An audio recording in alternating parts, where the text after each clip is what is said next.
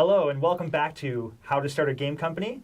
This is Ross Przybylski with D20 Studios. And I am Logan Erickson with the Geek Wave.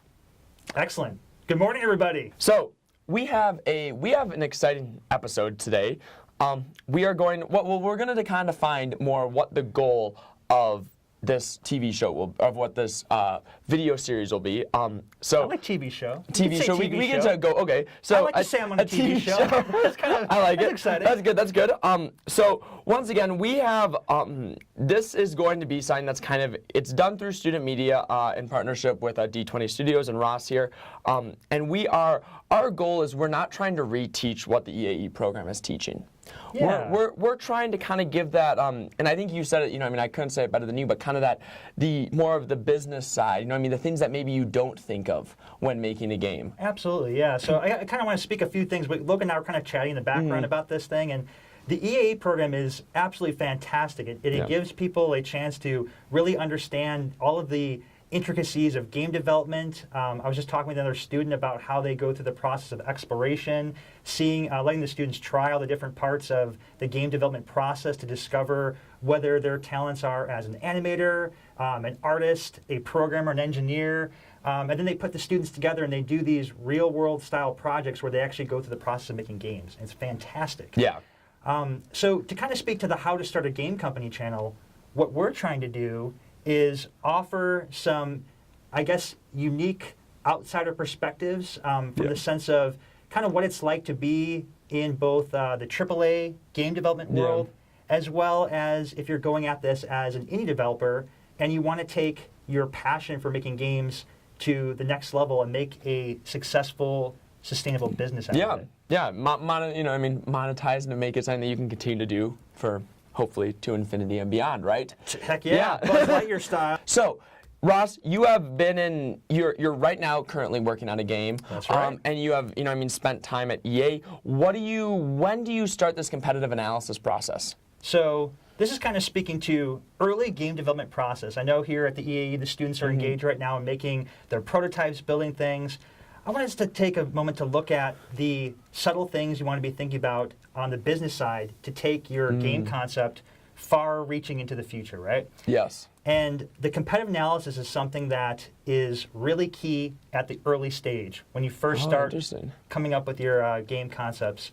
It's key. You want to look at it as kind of like a history lesson. Okay. Almost, right? They kind of, if you think military strategy or, this is kind of a weird example, but, you start off with learning all the past battles, right? Like Roman formations and things like that, because having the insights of all of your predecessors arms you with sort of what's been done. You get to carry all the knowledge and expertise of what's gone into it so far and bring that forth into your product.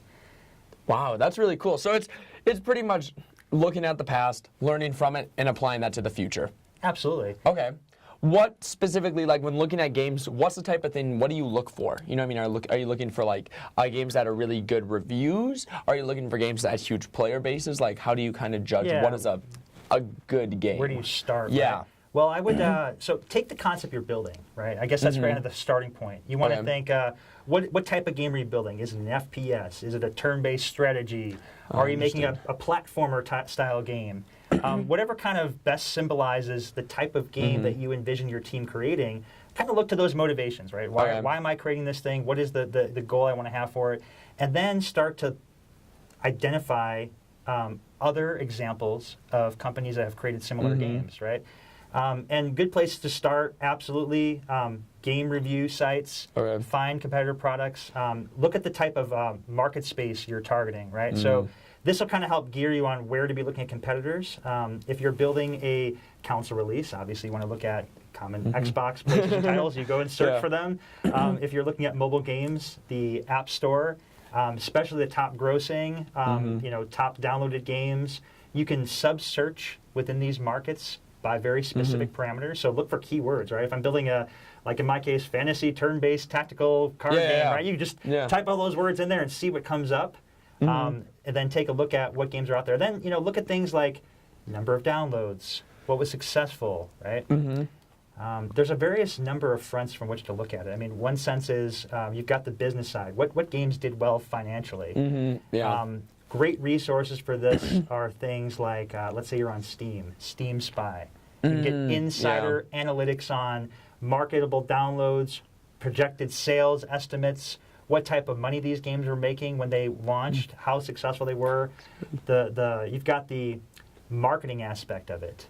So what kind of strategies did your competitors use to get the word out about their game? This is a really good key thing to look at. So to kind of speak from personal experience in the game we're doing right now, we look at competitive analysis on sort of two fronts. Okay. Actually, I should say three, rather. You've got a breakdown of the features and mechanics that your competitors are doing in their games. So examples of that would be, what type of things do they have in the game, like in their core loop, for example. What type of products are they selling in their game? What type of gameplay design mechanics are they doing for their battles?